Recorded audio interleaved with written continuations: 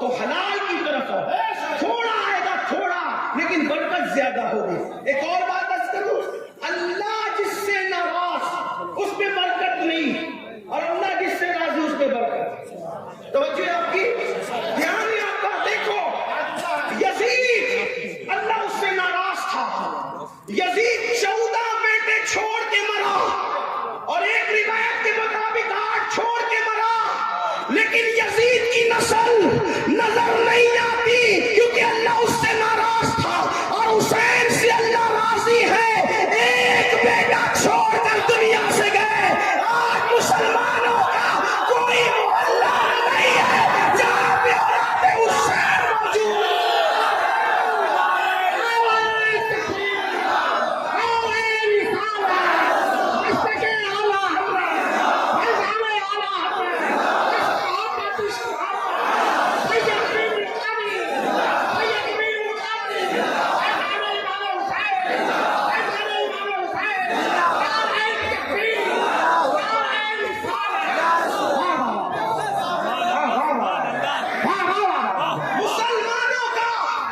مسلمانوں کا کوئی محلہ ایسا نہیں جہاں اولاد حسین موجود نہ ہو. ارے بنگال کے اشتہارات میں بھی یہ سادات بخاری اولاد حسین. ایران جاؤ تو شیخ رفاعی اولاد حسین. بغداد جاؤ تو شیخ عبد القادر جیلانی اولاد حسین. کیونکہ وہ حسنی بھی ہے, وہ حسینی بھی ہے. غریب نواز اولاد حسین ہے. بختیار کاکی اولاد حسین ہے. محبوب الہی نظام الدین اولیاء اولاد حسین ہے. خواجہ عثمان ہارونی اولاد حسین ہے. کیا پتا چلا, جس سے اللہ راضی رہتا ہے اس میں برکت دے. حلال کماؤ, تمہاری نسلیں بیٹھ کے کھاؤ. جب اللہ برکت دے تو کوئی ختم نہیں کر سکتا. آپ کہتے ہیں نہیں میری روزی پہ کسی نے جادو کر دی. کسی نے جادو کیا ہو یا نہ کیا ہو, ہمارے کرتوت کا جادو اتنا خطرناک ہے, ہمارے گناہوں کا جادو اتنا خطرناک ہے. قرآن کہتا ہے وما اصابکم من مصیبت فبما کسبت ایدیکم, کہ تم پر جو بھی مصیبت آتی ہے وہ تمہارے گناہوں کی وجہ سے. کہاں مولانا صاحب, سید صاحب, پیر صاحب 30 سال ہو گئے بیٹی کو رشتہ نہیں آتا. میں نے کہا پاپ کرنا چھوڑ دے.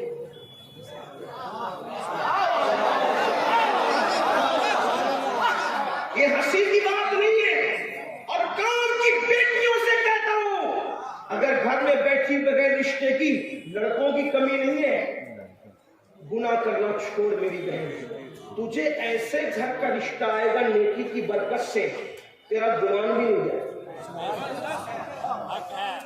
اب آپ کو لگے گا کہ یہ مولوی لوگ کو بلایا تقریر کے لیے کچھ بھی بول کے جا رہے. دلیل پیش کرو. دیکھو اگر نیکی کرو گے تو اتنے اونچے گھرانے کا رشتہ آئے گا تقوی کی وجہ سے. لیکن تقوی اللہ کے لیے ہونا چاہیے, کسی کو دکھانے کے لیے نہیں. پتہ چلا اوپر سے تقوی اندر تو خالی ہے. حضور علیہ السلام فرماتے التقوی ہاں ہونا, تقوی یہاں ہے. گردن نہیں ہے جو گردن جھکا کے بیٹھتے, گردن نہ جھکاؤ, دل جھکاؤ. ٹوپیاں خوبصورت نہ پہنو, دل کو خوبصورت بناؤ. داڑھی کی تراش خراش پہ توجہ دینے والوں دل پہ توجہ دو, کیونکہ اللہ کے رسول فرماتے متفق علیہ حدیث ہے ان اللہ لا ينظر الى صورکم والى مالکم ولکن ينظر الى قلوبکم. اللہ نہ تمہارے چہرے دیکھتا ہے نہ مال دیکھتا ہے, اللہ کو تمہارے دل دیکھتا ہے. دل, اس دل میں پاپ ہے, پاپ دل میں گناہ ہے, دل میں جرائم ہے. اگر بچیوں کو نیک بننے پر اچھا رشتہ نہ آئے, میری زبان کاٹنے میں کوئی چیلنج کے ساتھ بات کرنے والا آدمی نہیں, لیکن مجھے اپنے نبی کے فرامین پہ اتنا یقین ہے. یاد رکھنا, جس تقوی سے اللہ مل سکتا ہے اس تقوی سے اچھا شوہر نہیں مل سکتا. جس تقوی پرہیزگاری سے اللہ مل سکتا ہے اس سے اچھی بیوی نہیں مل سکتی. جو اللہ تک پہنچا دے وہ بیوی تک نہیں پہنچا سکتا جو اللہ تک پہنچا دے. آپ کو بتاؤں, دیکھو تقوی کی برکت سے اچھا رشتہ کیسے. میں کوئی وظیفے کا مخالف نہیں ہوں, میں خود سلسلے سے وابستہ ہوں. الحمدللہ میں قادری برکاتی ہوں, الحمدللہ رب العالمین. میں امام اہل سنت کا غلام ہوں, الحمدللہ. ہمارا رشتہ ہے جس خانقاہ قادریہ برکاتیہ سے میرے امام کا رشتہ محبت ہے وہاں کی غلامی کرتے ہیں الحمدللہ۔ ہاں لیکن ایک بات آپ سے کہوں، دیکھیے ہمارے بزرگوں نے جو بات کہی ہے اسی کو توجہ۔ امام اہل سنت فرماتے ہیں الوظیفۃ الکریمہ میں کہ فقیر اکثر وظیفے میں وہی دعائیں رکھتا ہے جو حدیث میں ہے۔ ہاں لوگ امام احمد رضا کہتے ہیں بدعتی تھے، میں نے کہا وہ جتنا سنت کے عامل تھے اس صدی میں کسی بدعتی فرقے کے اندر ایسا عالم اور عامل تو دور کی بات ہے، ان کی جوتیوں کی نوک کی جو گرد ہے نا اس کے برابر بھی ان کی زندگی کا کوئی عمل خلاف سنت ثابت کر کے بتاؤ۔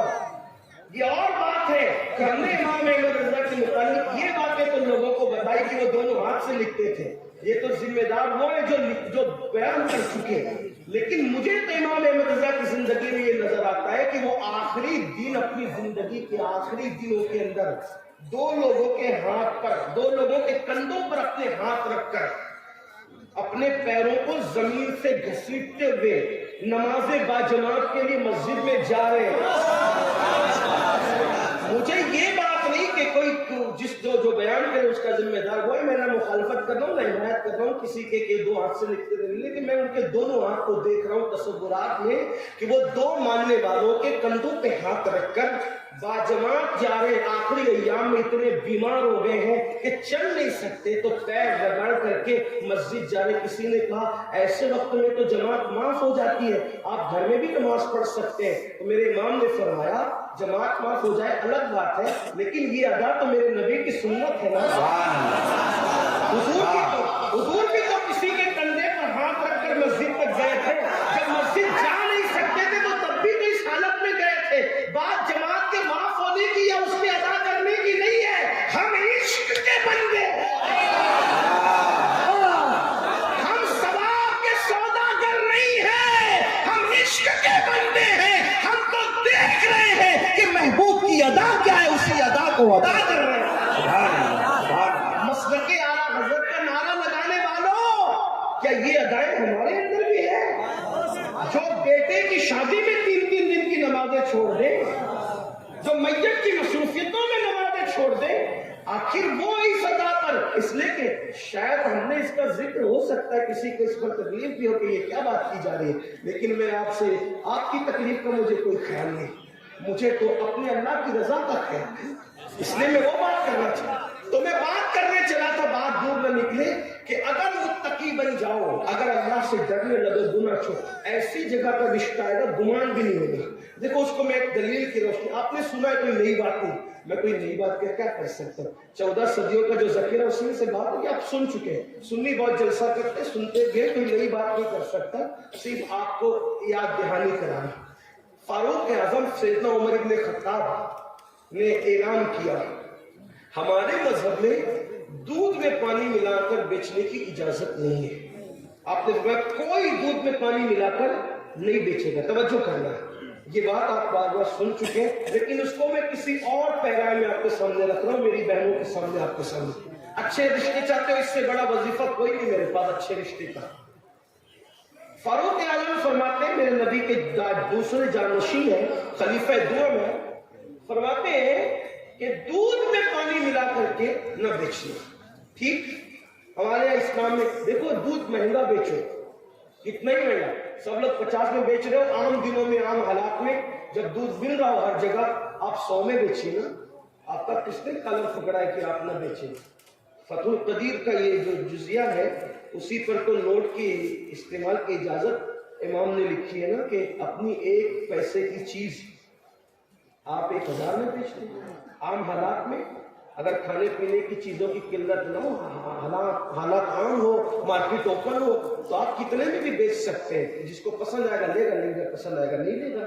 50 روپے لیٹر بیچنا، آپ پیور بیچیے، 100 میں بیچیے، جس کو پسند۔ اب یہ ایک بات یاد رکھنا، آج بھی پیور کے خریدار لوگ ہیں، لوکل مال بہت سارے لوگ پسند نہیں کرتے۔